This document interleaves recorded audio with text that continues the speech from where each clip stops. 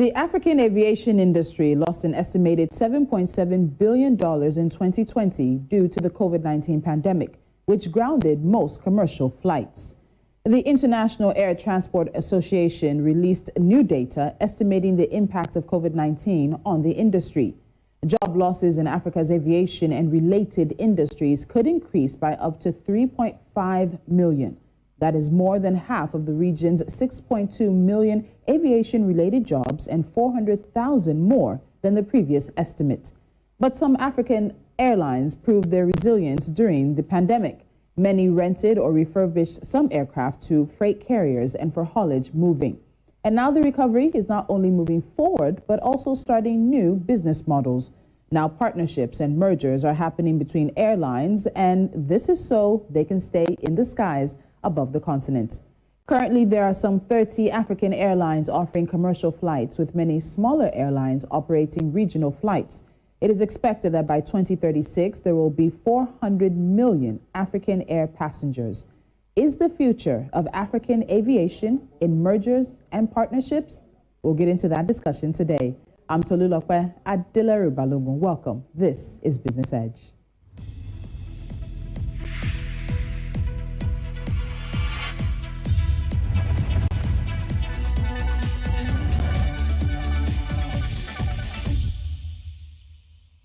Joining me today is Tony Ukachukwu, the CEO of Aviators Africa. Tony, welcome back to Business Edge. Thank you so much for joining me. It's my pleasure. Thank you very much for having me. All right. So let's start with just a general overlook at the aviation industry. And it's a very highly fragmented one, particularly here on the continent. There are hundreds of independent airlines, some of which are unprofitable. Many are on the brink of collapse. And when you talk about mergers and partnerships, sometimes you're looking at partnerships and mergers with companies that are profitable, but also a merger or a partnership with a company that's literally on the brink of going into extinction and somebody wants to take over the assets. But particularly for the independent airlines we have on the continent, why have so many African airlines struggled to make profits? Thank you very much for having me once again. Of course, African airlines have not been making profits for a very, very long time. And this was evidenced by the fact that when COVID came, when the pandemic came, it kind of exposed all the things that the aviation sector in Africa has been trying to cover, which apparently means that most airlines don't make money. They are on, if you will, at the level of going extinct or at the brink of collapse. Of course, the only shining example pre-pandemic and even in this pandemic era is only Ethiopian Airlines. Yeah. Every other African airlines have been struggling at the brink of collapse because, again, most times they don't have good corporate governance structures in place. And so there's lack of transparency, there's lack of probity, there's lack of accountability. And these are issues that continue to affect African airlines to date. And I like that you bring up Ethiopian. We'll look particularly at their business model later on in the competition, but let's look at one of the mergers or partnerships that's really garnered a lot of interest. So in September, Kenya Airways announced an agreement with South African Airways with a long-term view to creating a Pan-African airline. In terms of the future of how aviation on the continent will be, do you think it is strategic that they are now looking at collaborations and partnerships that focus on consolidation of assets, consolidation of routes? Is this really the strategic timing where Africa needs to be looking at mergers and partnerships?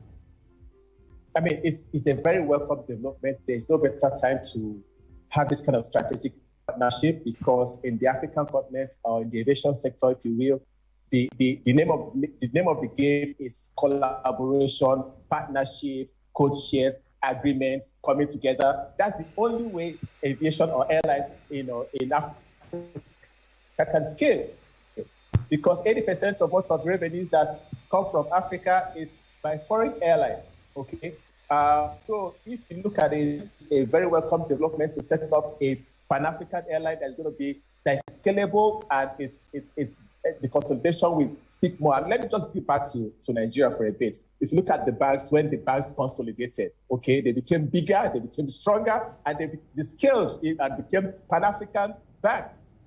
Okay, they are not just playing in Nigeria. So something like that can happen on the continent for airlines, where they consolidate, where they partner and be bigger and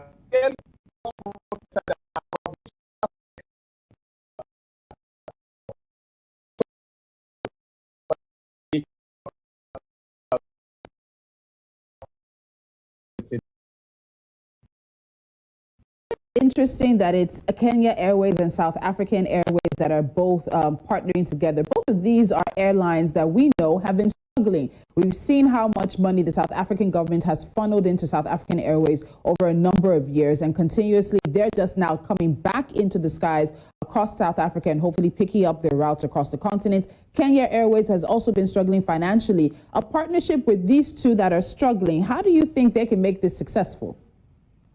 So again, when you're trying to go into partnership or agreement, you have to go with your likes. Okay, so a profitable airline cannot go into partnership with a loss-making airline. Okay, the agreement will not be balanced, if you know what I mean. So two loss-making airlines coming together, they are at the same platform, they are at the same level. Okay, so all they need to do is identify the ways and areas where that is causing their losses, and then build on them and then work on them, and both can grow. So this is a very good partnership coming together because they are on the same plate. They are both lost.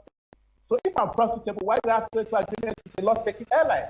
So South African Airways that is loss-making, coming into agreement with partnership with the Kenya Airways that is loss-making, they will be able to identify issues that they can come on both areas and they work on it and become sustainable and profitable. So I found some statements made by both airlines quite interesting. So let me take you through that. In the South African Airways and the Kenya Airways situation, it's being shaped as a cooperation agreement with long-term view for African airline group. Kenya Airways said it's not a merger.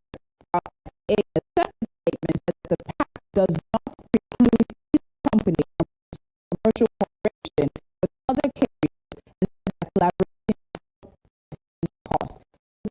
It's a partnership or cooperation. It doesn't mean they can cooperate with other airlines across the continent. So where are we seeing the merger? If everybody is calling things that are happening in the Ethiopian model, where do we see the merger happen in African aviation?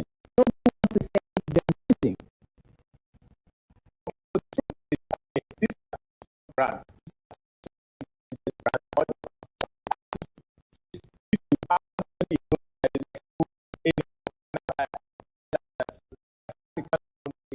Airways and Kenya Airways. So these are two distinct big brands. They understand the place in the market.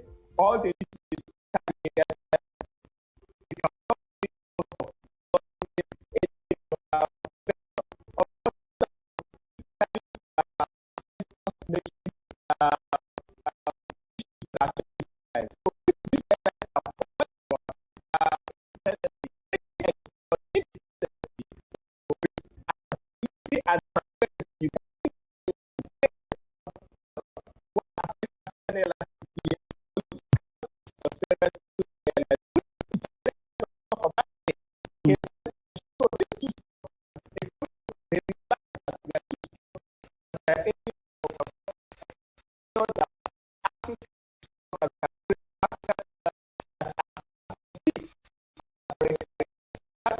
is helping the African because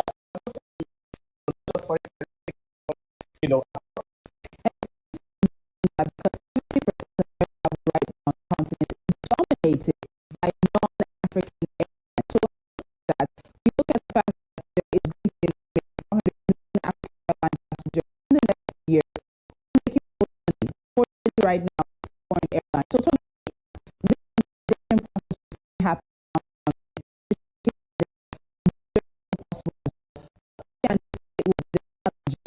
Because we know those can't be, of course, over, but identifying them. They're also talking about antitrust law and anti-competitive law that these countries have in place. But the challenge is will come as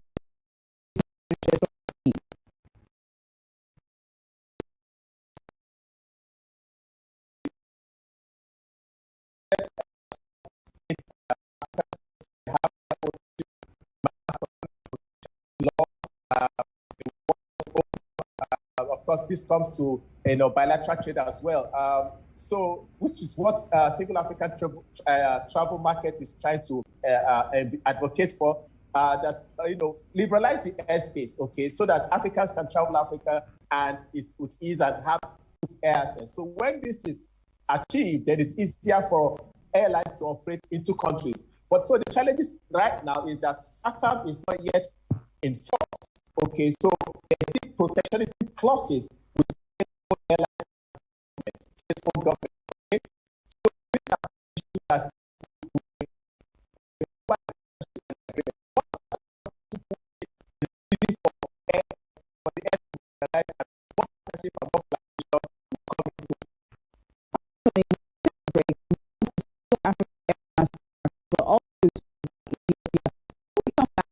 Is Ethiopia doing well? It's a government-owned airline, like many of the national carriers we've seen here on the continent, but it really does seem to be the shiny example for us here on the continent. When we come back, we'll get into the fact that while many airlines on the continent continue to struggle to stay in the air, there is one airline that has remained a shining light in the skies, and it is now partnering with countries to help them revive national carriers across the continent. You're watching us.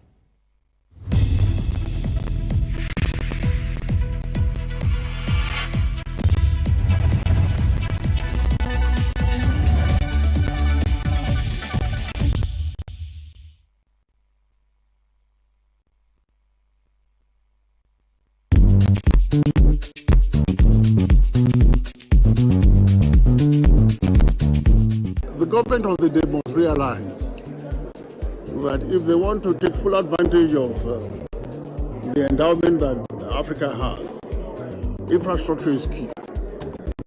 And I share a philosophy that what you can do today, don't wait till tomorrow. So I would say, don't procrastinate.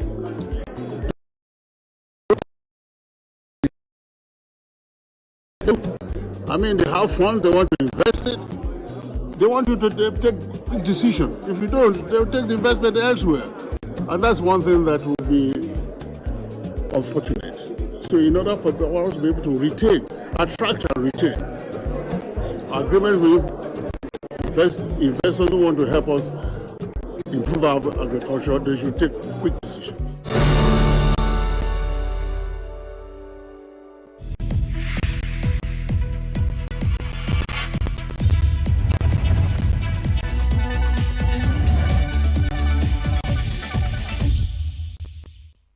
And still with me on Business Edge is Tony Ukachukwu. He's the CEO of Aviators Africa, and we're looking at the season of mergers and partnerships that's happening in African aviation. Now, the South African Kenya Airways are one of the major things that's happening. We also have a planned Democratic Republic of Congo national carrier in partnership with Ethiopian, even though there is already a national carrier. There's also a plan to relaunch Ghana International Airways, also in partnership with Ethiopian Airlines. Now, the airline was founded in the early days of African aviation, and it shows that there can be a commercially and operationally successful airline on the continent. So, Tony, my question to you now is, what are the lessons that we can learn from Ethiopia's success? Also, given the fact that it is owned by the government, and you've mentioned the fact that one of the challenges that many airlines have had is interference, political and government interference in their operation. So how is Ethiopian so successful? So like we're going to say that Ethiopia is a shining example, and most times when people that want to set up airlines or national carriers, they are quick to point at Ethiopia. Ethiopia didn't just come up today to be one of the shining examples. I mean, this is something that has been built over the years, okay? So Ethiopia is left, though government-owned, but it's left to run by the management independently, okay? So there's probity, there's accountability, there's transparency in their process. And the successive leadership has been groomed to take over. So there's a long-term plan, there's sustainability, okay? There's continuum in how Ethiopian Airways is run. If a CEO leaves today, the coming CEO has learned from the rope, continues from the going to build from the predecessor, okay? So there's coordination. There's no fragmentation in how it's run. They're independent, they're well run. The people that take over management are well grouped in the system to take over and commit with the vision of Ethiopian Airlines. This is what stands Ethiopian Airlines apart from other airlines. So if you notice, For the last 40 years that they've been building to get to where they are right now, you can see that it's been a building block upon another until they got here. So no one person can lay credit to it. The Ethiopian government cannot lay credit to it, but because they have a strong management system put in place internally to carry the Ethiopian vision, and everybody has a buy-in, and that's why they've gotten to where they are now.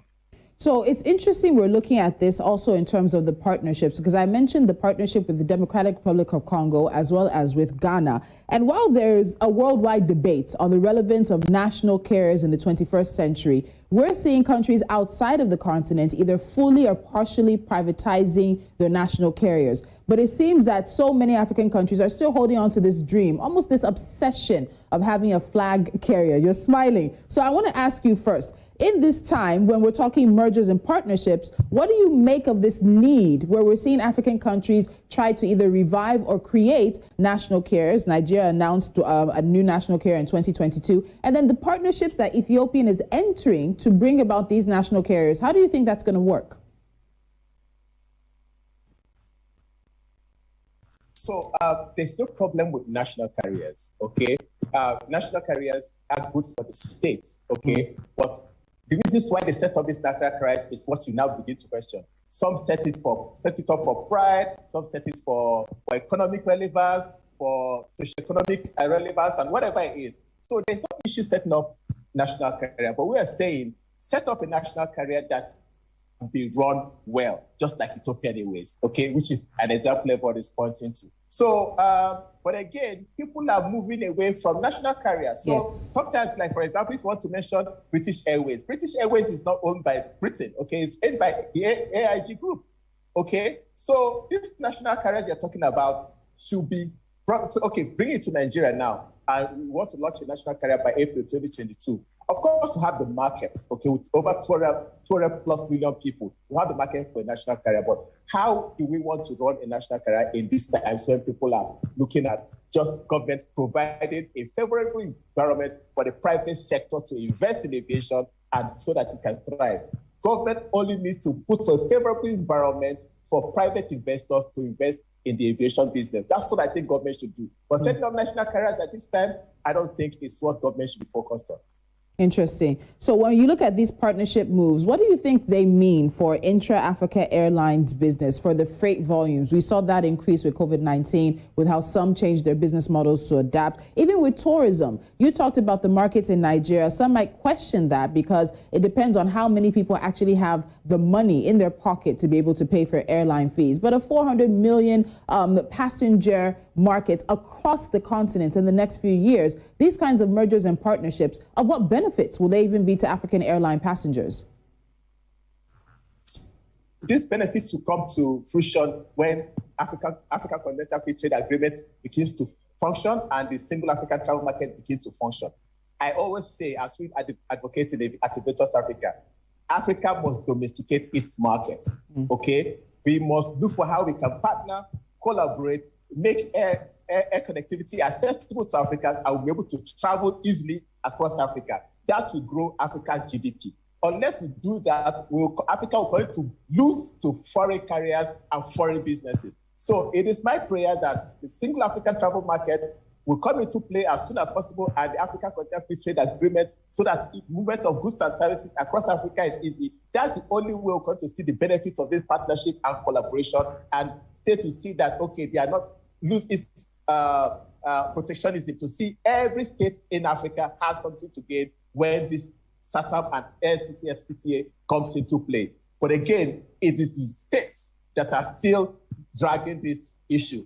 If states begin to see that aviation is a socio-economic catalyst to boost the growth of GDP in Africa, they'll begin to look at airlines and aviation differently and pay more attention to that sector.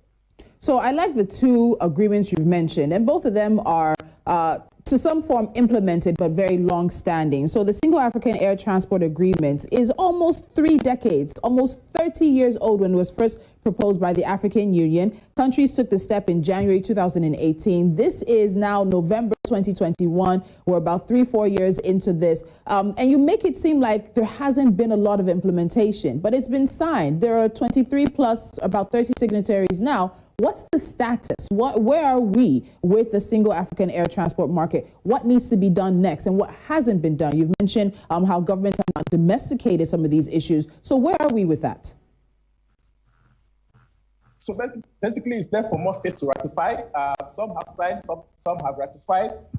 We're just looking at more inclusion for African states to, jump on the single African travel market initiative. But the issue is that some state governments are worried that when they open up their markets, they are going to be at the loss-making edge because they might not be able to reciprocate the market. Okay, so bigger carriers, people that have more airlines or government that have more capacity will come in and take their stuff. So that's why they are still held back and in favor of protectionism over opening, being liberal. Okay, but the issue is now left to African Civil Aviation Commission, which is charged with SATAM, to be able to create more awareness and do a proper framework that makes state governments understand that this is the way we need to move. Yes, this has been 30 years coming. It lacks political will, okay? African leaders need to commit, African leadership needs to commit to moving the needle so that we'll not be in one place for a very long time.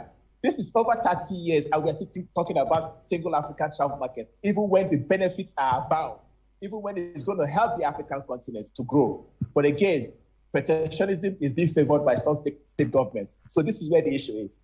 All right, so let me end with asking you this. IATA estimates that the continent will see an additional 274 million air passengers by 2036 to reach a market of about 400 million. Around 70% of the African air market is controlled by international non-African players. And if we continue this way, they will reap the benefits of that additional 274. So what are your predictions for the African aviation sector with the new direction of agreements and partnerships and mergers as it may be, and in terms of even changing up the business models to make us more profitable, but keep our airlines in the sky? Let's see if we can do this in 1 minute, Tony. Okay, so basically, just like I said before, Africa needs to domesticate its market. Once we realize that Africa is a domestic market, okay, then Africans can travel Africa easily, that Africans can cooperate, okay, then a Nigerian airline can fly to another country easily without overbearing taxes, without trying to block them from coming into that country. That way, then Africa will see the benefit of actually these numbers that you just reeled out. So that is the issue. There's so much protectionism. There's so much blockage from Africans themselves. So unless we open up and see Africa as a single domestic market where we can go in and go out with collaborations and partnerships across board, then we are all going to reap the benefits. But we continue to put boundaries and protectionism and demarcations and putting laws before I can fly from one African country to another, then we have a long way to go. All right, and hopefully that way will not be so long if we see some success with the mergers and partnerships that are really developing in front of us. Tony, thank you, as always, for joining me on Business Edge. We'll be seeing you soon. It's my pleasure. All right. And the numbers are there, but I want to leave you with some data about the African aviation industry. As of the beginning of 2020, African Airlines had a combined commercial fleet of 740 aircrafts, less than the fleet of the largest U.S. airline. African Airlines carried 34.3 million passengers during 2020, a fall of 65.7% from the 95 million carried in 2019. The numbers represent the worst performance since IATA started tracking global traffic demand in 1950. And if we're going to benefit from the market of 400 million passengers by 2036, African Airlines need to start thinking outside the box. So maybe mergers and partnerships will get us where we want to go. You're watching Business Edge. When we come back, the stories we're keeping our eyes on.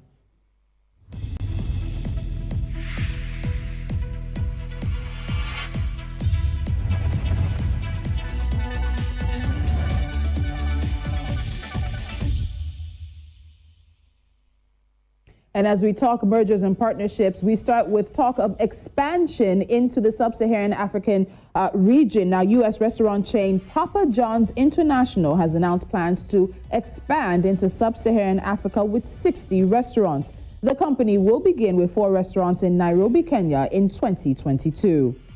South Africa's Rabobank reports that food prices are likely to stay near record highs next year due to consumers stocking up, high energy prices, high shipping prices, adverse weather, and a strong dollar exchange value. The African Development Bank has postponed its planned December 1st through 3rd investment forum in Abidjan, Ivory Coast, due to health concerns and travel restrictions over the Omicron coronavirus variant. Heads of state from Nigeria, South Africa, Ghana, Tanzania, Rwanda, and Mozambique, as well as a delegation from the United States, including investors representing more than $1.6 trillion in assets under management, were expected to attend the forum. And finally, the governments of Rwanda and the Democratic Republic of Congo are set to start construction of the Rusizi 2 one-stop border post. Now, this is expected to boost trade between the two countries. The border connects the towns of Rusizi in Rwanda and Bukavu in the Democratic Republic of Congo. And that's Business Edge. Don't forget to follow us on our social media platforms at News Central TV. Keep the conversations about African business, the economy, and finance going. And make sure you tune in 11 a.m. West African time, Monday through Friday, where we put Africa first in the business world. I'm Tolu Lokwe Adelaru Balogun. Have a fantastic day.